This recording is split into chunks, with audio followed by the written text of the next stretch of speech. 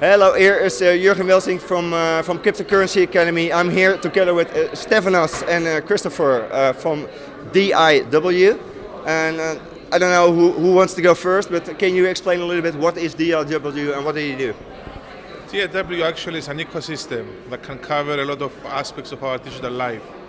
One of it is the healthcare records, that's our vision for the future. It could be also the escrow module or the wallet and a couple of things that are coming up in the near future. Okay, so it's also going to be an escrow partner. So if I need, I don't know, if I'm working with two kind of parties and I need to make sure that something is delivered, and you can be the escrow partner where if they both agree, okay, the product is good and I agree that we can deliver it, then you can arrange that. Yeah, at the end, this is the main thing. For small amount of money or for small transaction, that would be covered by smart contracts. But if we're talking about big deals or big transactions, there might be a human factor involved in the transaction also. Okay, and then I have a little bit of another question, because if you do it with smart contracts, sometimes, you know, I can think something about a contract and you can think something about a contract and we have a dispute. How did you arrange that?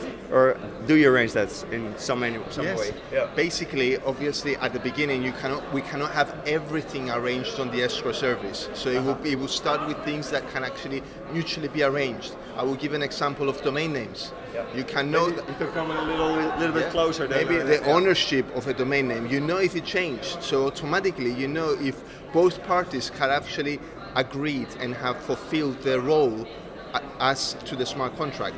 Whereas some things, like for example goods, everyday goods, is a little bit difficult with the disputes there. That is why we have to have a human factor behind them. At the beginning, it will be only for some service that we can actually monitor, completely digitalize, and in the future it will be able to actually have human factors which will be KYC approved individuals that can monitor the service and actually have a guarantee of themselves.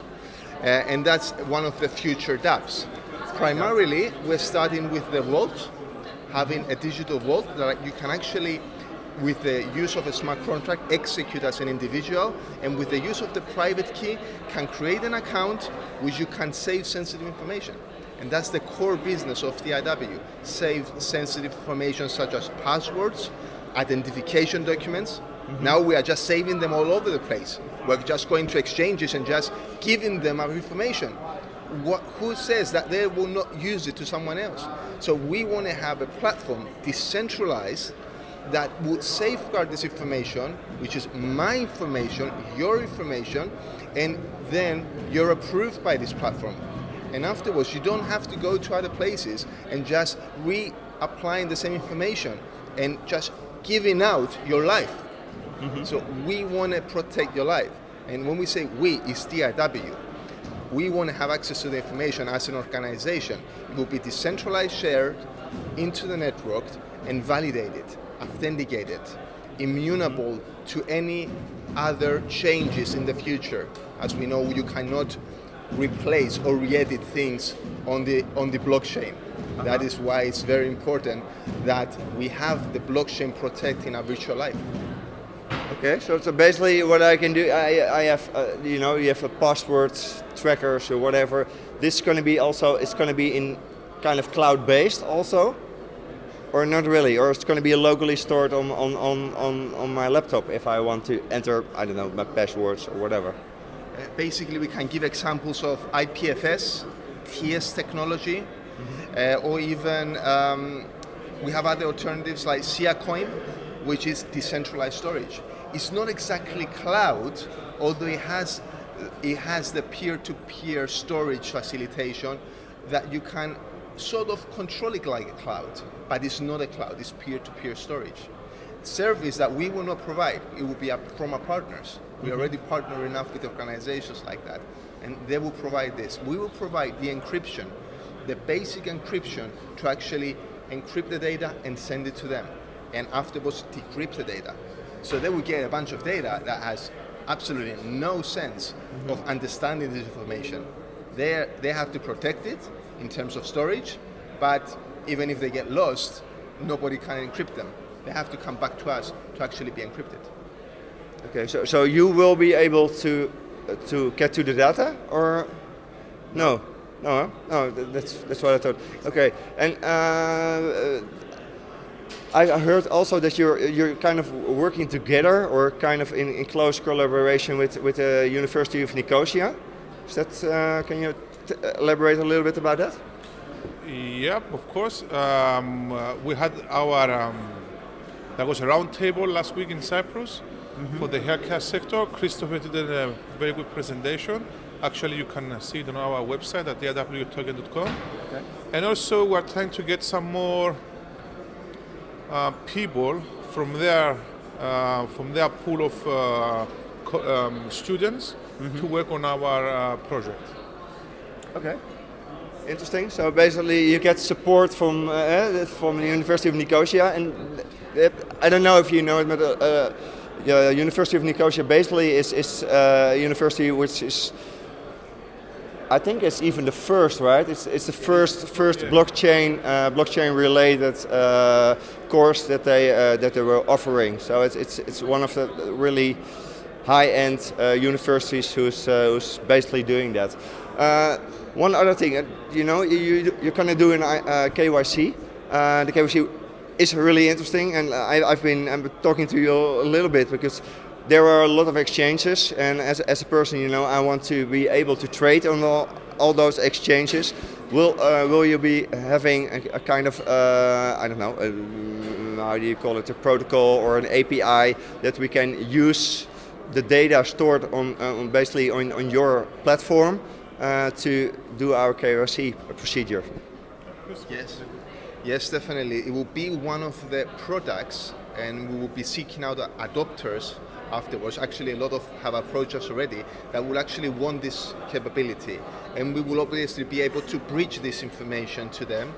Basically, they will be able to get this information from a directory, from the DIW directory, because a KYC approved individual is automatically, if he selects, but to do the KYC, that means you want to select to be on the DIW directory.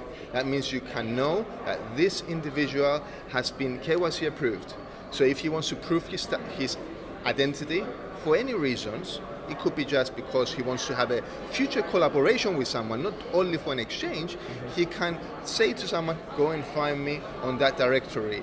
And very easily, with few steps, another person can validate and authenticate his identity, which is very important in today's society. Yeah, it's interesting. So basically, also I could say, okay, my KYC is on the DIW directory. If you want to verify, go to this link or whatever, and you can check it, right? Correct. Yeah. Okay. Interesting. You're creating a vault to start with. Can you tell a little bit about the roadmap that your company is having concerning this project? Well, we just finished our pre-ICO phase. So in the next couple of weeks, we're going to be starting with our ICO. That would be split into 4 weeks. So each week will be a different price for our ICO. And then we'll be listed on a couple of exchanges. We are in negotiations with 2 big exchanges. We're going to announce them soon, actually close to the finishing the ICO. We have almost finished our prototype. Okay.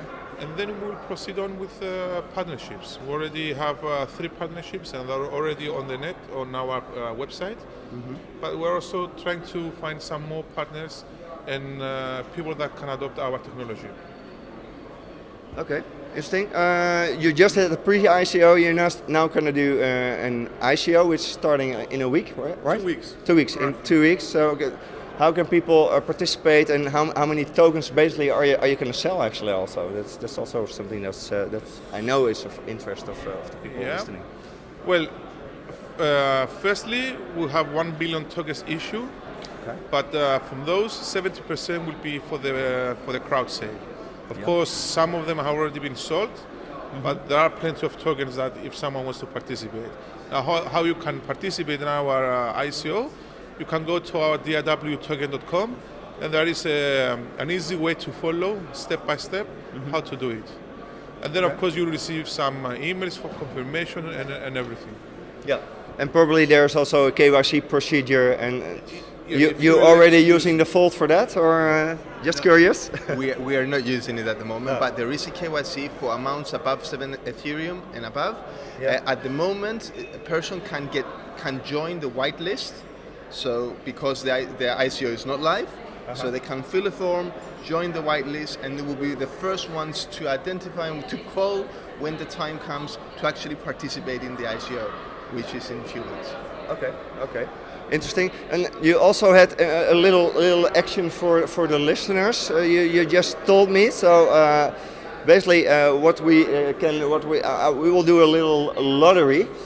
With the lottery, basically you can get 200 tokens, right? Yes, they have behind has a unique identified code that a person has to use in order to get this token. So it's a unique number, and we will have 10 for your viewers.